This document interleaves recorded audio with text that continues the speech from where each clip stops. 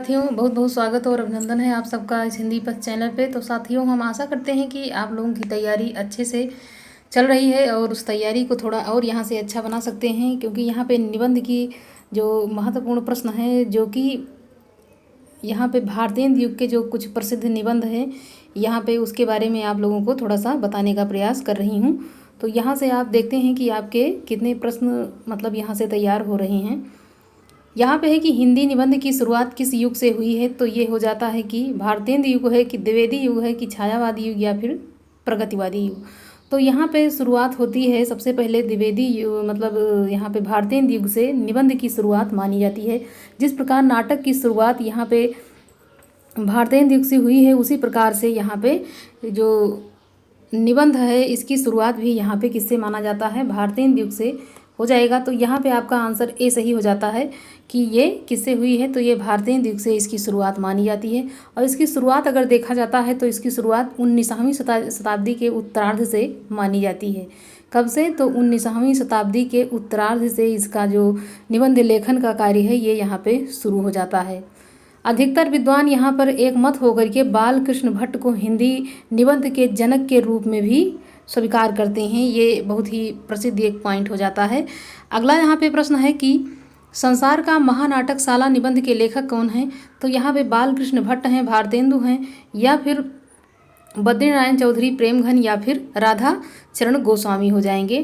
तो संसार महानाटक साला है, ये निबंध जो है ये काफ़ी प्रसिद्ध हो जाता है। किसके अनुसार, तो यहाँ पे हो जाएगा बाल कृष्ण भट्ट के, यहाँ पे ये हो जाता है। बाल कृष्ण भट्ट जो हैं ये इनका जो है ज़्यादातर मतलब जो विद्वान हैं एक मत होकर के बाल कृष्ण भट्ट को हिंदी का जो हिंदी का जनक मतलब और निबंधकार के रूप में इन्हीं को मानते हैं।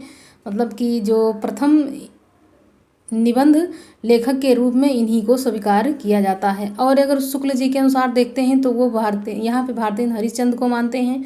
और गणपत चंद्र गुप्त के अनुसार देखा जाए तो शिव प्रसाद सितारे हिंद को मानते हैं। बालकृष्ण भट्ट के अनुसार देखा जाए तो वो बालकृष्ण भट्ट को कौन मानते हैं, तो यहाँ पे लक्ष्मी नारायण वैष्णव जी ही इनको मानते हैं। और सदा सुखलाल को यहाँ पे जो मानने वाले हैं वो विश्वनाथ यहाँ पे हो जाते हैं। तो इस प्रकार से एक मत होकर के सभी विद्वान किसको मानते हैं, बालकृष्ण भट्ट को मतलब हिंदी निबंध के जनक के रूप में इनको सब लोग जानते हैं। अगला यहाँ पे प्रश्न है कि प्रताप नारायण मिश्र का निबंध है, इसमें से उनका निबंध कौन सा हो जाएगा। यहाँ पे है कि घूरे का लत्ता बीने या फिर सदाचरण है, यमलोक की यात्रा काल चक्र का चक्कर। तो जो यहाँ पे आपका पहला जो एक का आंसर यहाँ पे आपका हो जाएगा सही हो जाता है। घूरे का लत्ता बीने ये इनका हो जाएगा, किसका हो जाएगा, तो प्रताप नारायण मिश्र के ये निबंध यहाँ पे हो जाएंगे। प्रताप नारायण मिश्र के कुछ महत्वपूर्ण हो जाते हैं, जैसे भौं है, नारी है, मनोयोग है, मुच्छ है, परीक्षा है, समझदार की मौत है, ये इनके कुछ मतलब यहाँ पे प्रसिद्ध हो जाते हैं। और यहाँ पे ये घूरे के लत्ता बीने भी इन्हीं का निबंध हो जाएगा। और यहाँ पे जितने भी ये दिख रहे हैं सदाचरण, ये हो जाएगा किसका, तो ये बालकृष्ण भट्ट का हो जाता है। यहाँ पे कालचक्र भी उन्हीं का हो जाएगा। और यहाँ पे यमलोक की यात्रा भी बालकृष्ण भट्ट की हो जाता है यहाँ पे निबंध संग्रह। अगला यहाँ पे प्रश्न है बालकृष्ण भट्ट का पहला निबंध है, तो इनका पहला निबंध कौन सा माना जाएगा, तो कली राज की सभा है, बाल विवाह है, माता का स्नेह, रोटी तो किसी भांति कमा खाए मुछंदर। ये जो आपका डी यहाँ पे घा जो दिख रहा है ये काफ़ी इनका प्रसिद्ध ये निबंध संग्रह यहाँ पे हो जाता है कि किसी भांत रोटी तो किसी भांत कमा खाए मुछंदर, ये इनका हो जाता है। किसका, तो यहाँ पे हो जाएगा ये बालकृष्ण भट्ट का निबंध हो जाएगा। लेकिन यहाँ पे बालकृष्ण का पहला निबंध संग्रह पूछा जा रहा है, तो आपका आंसर यहाँ हो जाएगा का कलिराज की सभा, ये इनका पहला निबंध संग्रह हो जाता है। और इनका कुछ महत्वपूर्ण जैसे हो जाएगा आत्मनिर्भर हो जाएगा, इनका प्रसिद्ध है। और उसके बाद में प्रतिभा है, माधुर्य है, आशा है, आत्मगौरव है, रुचि की भिक्षा है, यहाँ पे ईश्वर भी क्या ठठोल है, और स्त्रियां उनकी शिक्षा, हमारे नए सुनिश्चितों में परिवर्तन, ये उनका हो जाता है। देवताओं से हमारी बातचीत, राजा और प्रजा, मतलब कि जिस प्रकार से ये हिंदी के जनक निबंध के रूप में जाने जाते हैं उसी प्रकार से इनका निबंध संग्रह भी काफ़ी यहाँ पे ज़्यादा है और उन्होंने बहुत सारे यहाँ पे निबंध लिखे हैं। अगला यहाँ पे प्रश्न है कि शुक्ल जी ने हिंदी का एडिशन कहा है, तो एडिशन किसको उन्होंने कहा है? तो यहाँ प्रताप नारायण मिश्र को कहा है, बालकृष्ण भट्ट को कहा है, कि राधा कृष्ण गोस्वामी को कहा है, कि विष्णुलाल पांड्या को इन्होंने कहा है। तो शुक्ल जी ने हिंदी का एडिशन जिसे माना है वो यहाँ पे हो जाएंगे। यहाँ पे एडिशन पूछा जा रहा है, ये परीक्षा की दृष्टि से काफ़ी महत्वपूर्ण हो जाता है और बार बार एग्जाम में ये बनता है प्रश्न। तो यहाँ पे हो जाएगा प्रताप नारायण मिश्र को ये क्या कहते हैं, एडिशन इन्होंने कहा है।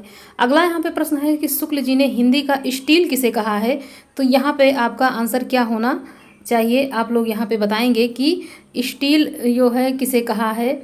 वहाँ पे एडिशन प्रताप नारायण मिश्र को कहा है शुक्ल जी ने, और शुक्ल जी ने हिंदी का एडिशन किसको यहाँ पे कहा है? तो बालकृष्ण भट्ट को कहा है, प्रताप नारायण मिश्र को, राधाचरण गोस्वामी या फिर भारतेंदु हरिश्चंद्र को।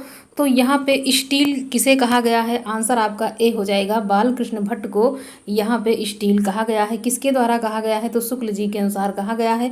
बालकृष्ण भट्ट किस युग के कवि हैं? तो भारतेंदु युग के हो जाते हैं, और ये निबंध के जनक के रूप में भी प्रसिद्ध हैं। ज़्यादातर विद्वान एक मत होकर के बालकृष्ण भट्ट को हिंदी निबंध के जनक के रूप में स्वीकार करते हैं। और निबंध की शुरुआत अगर कही जाती है कि कब हुई है तो वो 19वीं शताब्दी के उत्तरार्ध से मानी जाती है। और देखा जाता है कि जो है फ्रेंच विद्वान मानतेन को यूरोपीय निबंध का जो है जनक माना जाता है। तो यहाँ पे कुछ और पॉइंट है कि मानतेन को कहाँ का यहाँ जनक कहा गया है? तो इनको मानतेन को यूरोपीय निबंध का जनक माना गया है। ये यहाँ पे कुछ पॉइंट आप लोगों के लिए काफ़ी महत्वपूर्ण हो जाते हैं। अगला यहाँ पे प्रश्न है कि प्रताप नारायण मिश्र के निबंध संग्रह किस नाम से प्रसिद्ध हैं? प्रताप नारायण मिश्र के निबंध संग्रहों की बात यहाँ पे की जा रही है, तो किस नाम से वो जाने जाते हैं? तो यहाँ पे हो जाएगा कि प्रताप नारायण ग्रंथावली है, गद्य विचार है, व्यंग्य विनोद है, या फिर अंग्रेजी ग्रंथावली। यहाँ पे अंग्रेज ग्रंथावली हो जाएगा। तो आपका यहाँ पे जो आंसर हो जाएगा बिल्कुल सही, वो हो जाएगा प्रताप नारायण ग्रंथावली। ये हो जाएगा, प्रताप नारायण मिश्र के निबंधों का संग्रह कहा जाता है प्रताप ग्रंथावली को। तो यहाँ पे जो भी निबंध की बात की जा रही है, ये द्विवेदी युग के मतलब कि भारतीय युग के कुछ प्रमुख जो निबंधकार हैं उनकी बात यहाँ पे की जा रही है। और देखा जाता है तो जो निबंध की जो शुरुआत हुई है 19वीं शताब्दी से शुरू हुई है, और भारतेंदु युग से ये 1868 में कवि वचन सुधा का प्रकाशन करके भारतेंदु जी ने भारतेंदु युग के जो विभिन्न प्रकार की पत्र पत्रिकाएं हैं उसमें मतलब कि क्या किया है, यहाँ से निबंधों का जो संकलन है यहाँ से शुरू हो जाता है, जिसमें से हो जाती है एक पत्रिका बालकृष्ण भट्ट की जो यहाँ पे हो जाएगी कौन सी, हिंदी प्रदीप हो जाती है। कवि वचन सुधा देखा जाए तो ये यहाँ पे भारतेंदु जी की हो जाती है। ब्राह्मण पूछा जाए तो यहाँ प्रताप नारायण मिश्र की हो जाती है। तो इस प्रकार से निबंध संग्रहों की जो परंपरा का सूत्रपात शुरू होता है किस युग से? तो ये भारतेंदु युग से यहाँ पे शुरू हो जाता है। कब से? तो भारतेंदु युग से ये शुरू हो जाता है। अब यहाँ पे अगला प्रश्न है कि भारतेंदु के प्रमुख जो सामाजिक निबंधकार हैं कौन हैं? तो सामाजिक निबंधकार के रूप में एक ही नाम आता है याद। तो यहाँ पे आपका आंसर हो जाएगा कि बद्रीनारायण चौधरी प्रेमघन हैं, कि अंबिका दत्त व्यास हैं, कि भारतेंदु हैं, या फिर प्रताप नारायण मिश्र हैं। आंसर आपका यहाँ पे ए हो जाता है, मतलब का हो जाएगा कि बद्रीनारायण चौधरी प्रेमघन हो जाते हैं किस युग के? तो ये भारतेंदु के प्रमुख सामाजिक निबंधकार के रूप में प्रसिद्ध हैं। कौन हैं? तो बद्रीनारायण चौधरी प्रेमघन हो जाते हैं किसके, किस युग के? तो भारतेंदु युग के ये हो जाते हैं। किस प्रकार के? तो सामाजिक निबंधकार के रूप में ये प्रसिद्ध हो जाते हैं। अगला यहाँ पे प्रश्न है कि आचार्य शुक्ल ने कलम का कारीगर किसे माना है? कलम के कारीगर मतलब जो कलम की समझदारी है वो उनको बहुत अच्छे से और भली भांत है, तो उनको कलम का कारीगर उन्होंने कहा है। किसने कहा है? तो यहाँ पे रामचंद्र शुक्ल जी ने कहा है। किसको कहा है? तो ये यहाँ पे प्रश्न आपका हो जाएगा कि बद्रीनारायण चौधरी प्रेमघन हो जाएंगे, अंबिका दत्त व्यास हो जाएंगे, राधाचरण गोस्वामी, या फिर भारतेंदु हो जाएंगे। आंसर आपका यहाँ पे जो हो जाता है वो हो जाएगा चौधरी प्रेमघन। यहाँ पे बद्रीनारायण चौधरी प्रेमघन, यहाँ पे हमने भारतेंदु का यहाँ पे शॉर्ट कर दिया है, तो यहाँ पे तेंदु हो गया है उनका नाम। तो आप अपने हिसाब से इसको समझते हुए चलना। तो यहाँ पे अगला प्रश्न यह है कि स्वप्न शैली में यमलोक की यात्रा किसने लिखा है? कि मतलब यहाँ पे शैली जो है कि किस शैली में है? तो स्वप्न शैली में लिखा गया है। कौन सी निबंध यहाँ पे निबंध हो जाता है यमलोक की यात्रा। किसने लिखा है? ये आपका प्रश्न बनेगा यहाँ से कि राधाचरण गोस्वामी ने लिखा है, चौधरी प्रेमघन ने लिखा है, प्रताप नारायण मिश्र, या फिर अंबिका दत्त व्यास। तो यहाँ पे जो आपका आंसर हो जाएगा ये हो जाएगा राधा चरण गोस्वामी जी ने लिखा है यमलोक की यात्रा। और शैली पूछा जाता है तो स्वप्न शैली में इन्होंने लिखा है। और यदि पूछा जाता है राधा चरण गोस्वामी किस युग के जो निबंधकार हैं तो यहाँ पे हो जाएगा ये किस युग के हैं तो भारतीय युग के हो जाएंगे। अगला है हिंदी प्रारंभिक निबंधों को आचार्य रामचंद्र शुक्ल ने क्या कहा है। तो इन्होंने यहाँ पे जो प्रारंभिक निबंध है इसको यहाँ पे शुक्ल जी ने क्या नाम दिया है और उसको क्या कह करके संबोधित किया है। तो यहाँ पे गद्य प्रबंध कहा है, पद्य प्रबंध कहा है, चंपू प्रबंध या इनमें से कोई नहीं। तो आपका जो आंसर यहाँ पे हो जाएगा इसमें गद्य प्रबंध इन्होंने कहा है। यहाँ पे जो प्रारंभिक निबंध है उसको शुक्ल जी ने क्या कहा है तो गद्य प्रबंध यहाँ पे उन्होंने कहा है।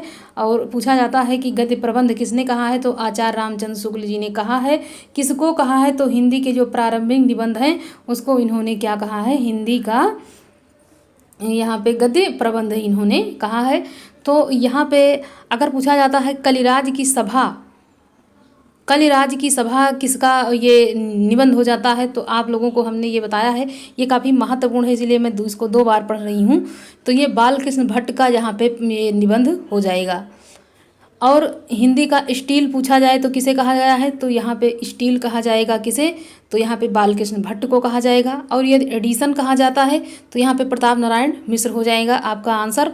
और इसी प्रकार के विभिन्न सारे प्रश्नों की जानकारी लेने के लिए और निबंध के जो संग्रह यहाँ पे विभिन्न प्रकार से, जैसे यहाँ पे हो जाएगा भारतेंदु युग, उसके बाद द्विवेदी युग, ऐसे ही छायावाद युग, विभिन्न प्रकार के मतलब निबंध का जो संग्रह आगे बढ़ता चला गया है उसको यहाँ पे लेकर के हम फिर उपस्थित होते रहेंगे। और आप लोग अपनी तैयारी को यहाँ से सुदृढ़ और अच्छे से सुव्यवस्थित तैयार कर सकते हैं।